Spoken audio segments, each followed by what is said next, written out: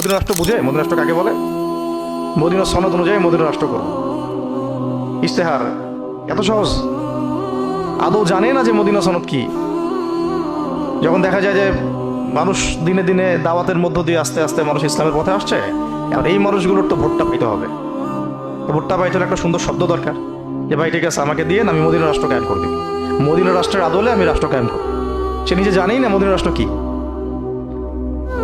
Medina রাষ্ট্র মানে হচ্ছে এমন একটা রাষ্ট্র যে রাষ্ট্রে মুসলমানরাও আছে, ইহুদিরাও ছিল, কিছু খ্রিস্টানও ছিল, কিছু পৌত্তলিকও ছিল, কিছু কিছু, কিন্তু এই রাষ্ট্রের শাসন ক্ষমতা মুসলমানদের হাতে ছিল, মুহাম্মদ সাল্লাল্লাহু আলাইহি ওয়াসাল্লামের হাতে ছিল, সাহাবায়ে কেরাম তার অনুসারী ছিলেন।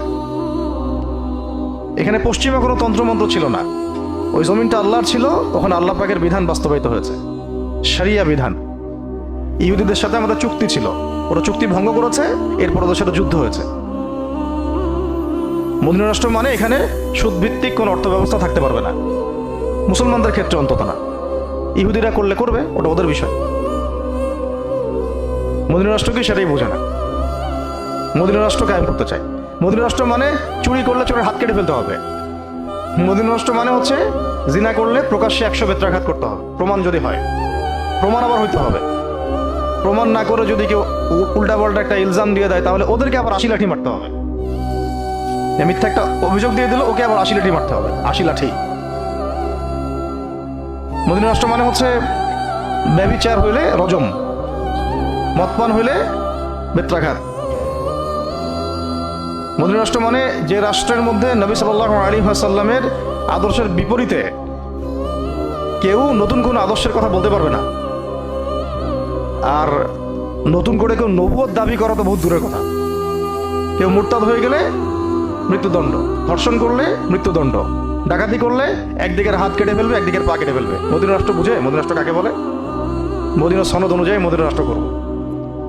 ইশতেহার এত সহজ?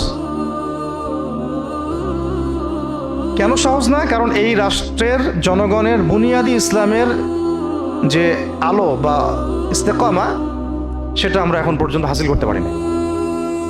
সবার আগে এই রাষ্ট্রের জনগণ মানে সমাজের জনগণকে অন্ততপক্ষে 5 ওয়াক্ত নামাজি বানাইতে হবে।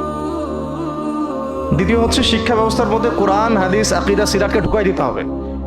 দিয়ে প্রত্যেকটা ডিপার্টমেন্টে কোরআন, হাদিস, আকীদা, ফিকহ, ফরজে আইন এইসবের জ্ঞানে এই প্রজন্মকে জ্ঞানী করে তুলতে হবে, সমৃদ্ধ করতে হবে। অর্থনৈতিক বিষয়গুলোর মধ্যে থেকে সুদকে আস্তে আস্তে মাইনাস করতে থাকতে হবে। সুদী এনজিও, সমকামী এনজিও, এই সবগুলোর দরজা বন্ধ করে ফেলতে হবে। পররাষ্ট্রনীতির ক্ষেত্রে গিয়ে ইসলামের সাথে অনুকূল যে রাষ্ট্রগুলো, সেগুলোর সাথে আমাদের বন্ডিং বাড়াতে হবে। সমাজের মধ্যে ইনসাফ কায়েম করার, ভালো মানুষ হিসেবে তৈরি করা, উলামায়ে কেরামদেরকে স্পেস দেওয়া, দাওয়াতের ক্ষেত্রকে বেগবান করা, রাষ্ট্রীয়ভাবে ইসলামের দাওয়াত প্রচার করতে হবে। Media, print media, electronic media, এগুলো দিয়ে ইসলামের প্রচার করতে হবে। মানুষের মাথাটাকে আল্লাহর দাসত্বের দিকে নিয়ে আসতে হবে। আর যত আল্লাহদ্রোহী শয়তানগুলো আছে, এগুলোকে যেভাবে হোক আস্তে আস্তে রাষ্ট্র থেকে মিনিমাইজ করতে হবে।